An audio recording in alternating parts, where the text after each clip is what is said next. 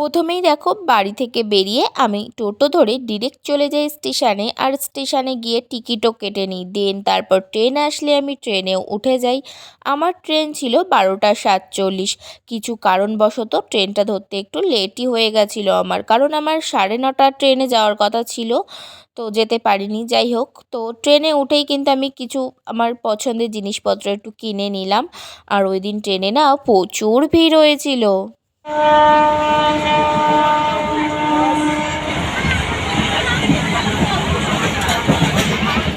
2000 years later. Finally মানির বাড়ি চলে এসেছি, ঠিক আছে। তো চলো, সেভাবে তো ভিডিও করতে পারিনি আমি, কারণ হচ্ছে ট্রেনে অনেক ভিড় ছিল তার জন্য। তো যাই হোক, চলো এখন থেকে যতদূর থাকবো তো মানে যতক্ষণ আছি আর কি, বেশিক্ষণ যদিও নেই, এখন অলরেডি 2টো বাজে। এক সেকেন্ড, চলো যত সময় আছি ভিডিওটা কন্টিনিউ করো। আর আজকে অলরেডি আমার তো বলাই হয়নি, কারণ আমি ইন্ট্রো মেরে আসিনি বাড়ি থেকে। তো আজকে আমরা এসেছি আইবুড়ো ভাত খেতে, মানে দিদির আইবুড়ো ভাত, সাথে আমরাও খেয়ে নেবো। হ্যাঁ, তো যাই হোক, মাসির বাড়ি এসেছে আইবুড়ো ভাত খেতে। তো চলো ভিডিওটা দেখতে থাকো। গাইস, এই যে এবারও সবটা খেয়ে উঠতে পারলে হয়। তো চলো, যখন খেতে, হ্যাঁ একদম, যখন ও খেতে বসছে তখন আবার ভিডিওটা কন্টিনিউ করছি। তো দেখো এত কিছু সাজানো অলরেডি হয়ে গেছে, এবার চলো। গাইস দেখো, এখানে কিন্তু অলরেডি সাজিয়ে ফেলেছি আইবুড়ো ভাতে সব কিছু। হ্যাঁ, তো চলো প্রথমে বলে দিচ্ছি, এটা ডাল, এটা হচ্ছে পাপড় ভাজা, এটা বাঁধাকপি, এটা হচ্ছে মাছের মাথা এবং মাছও আছে, আর এটা হলো ভোলা মাছের ইয়ে করেছে সর্ষে বাটা দিয়ে ঝাল, এটা হচ্ছে চিকেন কষা লাল লাল ঝোল খুব সুন্দর, স্যালাড, চাটনি, এটা হচ্ছে আমার ফেভারিট সিমাই, আর এটা হচ্ছে বিরিয়ানি, চিকেন বিরিয়ানি, এটা হচ্ছে ভাত, এটা হচ্ছে মাছ ভাজা, মাছের ডিম ভাজা, হচ্ছে আলু ভাজা, এটা রাঙা আলু ভাজা, এটা এমনি আলু ভাজা, এটা বেগুন ভাজা, আর এখানে 5 রকম খুব সুন্দর টেস্টি মিষ্টি, ব্রাইডের ফেভারিট মিষ্টি একদম। এটা হচ্ছে ক্ষীর কদম, আর এটা হচ্ছে মালাই চমচম, আর এখানে রয়েছে দই, আর সব শেষে কোল্ড ড্রিঙ্কস। আরে এবার বলো তোমরা কারা কারা মেনুগুলো গুনলে যে এখানে কত রকম আইটেমস আছে। আচ্ছা, আমি বলে দিচ্ছি, এখানে প্রায় 25+ আইটেমস রয়েছে। তো যাই হোক, তোমরা পারলে অবশ্যই গুনে নিও। আর সত্যি বলতে এখানে প্রত্যেকটা আইটেমসই ছিল সেই স্বাদের। দেখো শঙ্করবাবু,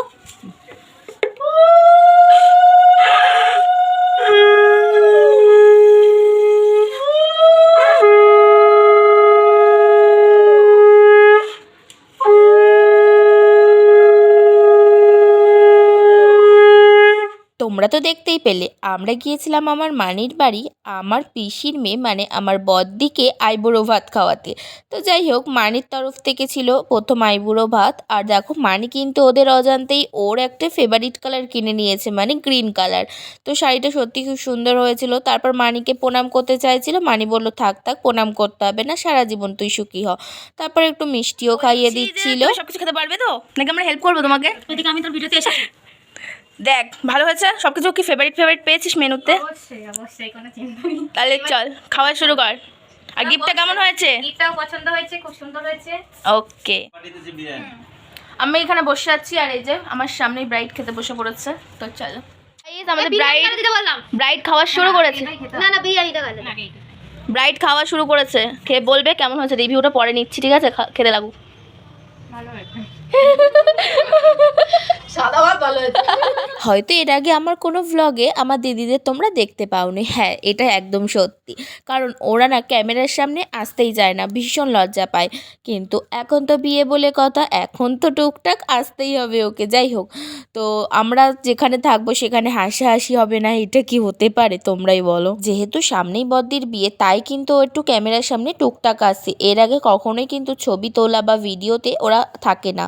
তো যাই হোক, সেরকম ছদ্দিও তাই ছদ্দিকে কিন্তু আমি এই ভিডিওতে আনতে পারছি না। সবাই অলরেডি খাওয়া দাওয়া শুরু করে দিয়েছে এখানে। এই যে আমার দিদি। রান্না বান্না কেমন হয়েছে বল? সুন্দর হয়েছে রান্না, ভালো হয়েছে? ওকে, তো চলো এখানে সবাই খাওয়া দাওয়া কমপ্লিট করে। দেখো, বড়দির বিয়ের বলে কথা, আর যেহেতু আমার মানি ওকে আইবুড়ো ভাত খাওয়াচ্ছে, তাই আমি যাব না, এটা কি হতে পারে? তো যাই হোক, আমি ফার্স্ট টাইমই কারোর আইবুড়ো ভাত খেতে গেলাম। তো যেহেতু ওর আইবুড়ো ভাত ছিল, তার জন্য কিন্তু আমি আর ছদ্দিও একসাথেই গিয়েছিলাম। বড়দি কিন্তু ওর কাছ থেকে আমাকে একটু খাইয়ে দিল, আর সামনে থেকে ক্যামেরা করতে করতে ছদ্দি বলছে যে খা আইবুড়ো ভাত খা, তোরও বাজনা খুব তাড়াতাড়ি বাজবে।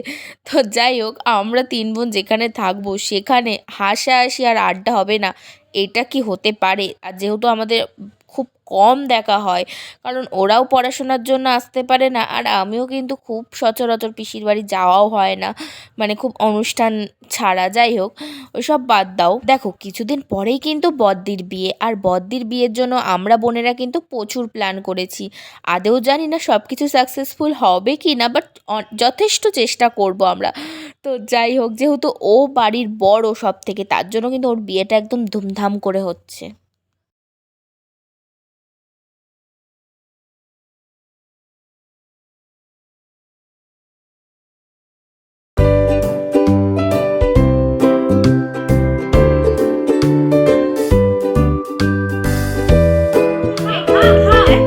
আমি এরকম এই মাছটা খাবো না, এই মাছটা খাবো না, এইটা খাচ্ছি।